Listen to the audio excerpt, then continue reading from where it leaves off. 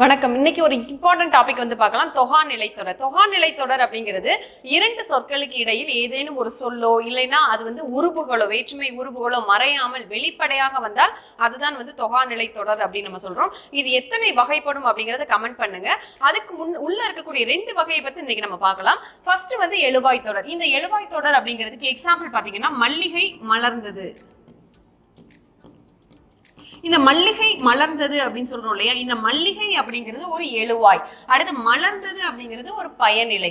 அப்போ எழுவாய் அப்படிங்கிறது எப்பயுமே ஒரு பெயர் சொல்லாக தான் வரும், சரிங்களா? அப்போ இந்த இரண்டு சொல்லுக்கும் இடையில் எந்த ஒரு உருவும் மறையாமல் வெளிப்படையாக வர்றதுனால இதை என்ன சொல்றாங்க, எழுவாய் தொடர் அப்படின்னு சொல்றாங்க. செகண்ட் டைப் என்ன அப்படின்னு பாத்தீங்கன்னா, இரண்டாவது வகை விழித்தொடர். இந்த விழித்தொடர் அப்படிங்கிறதுக்கு அண்ணாவா.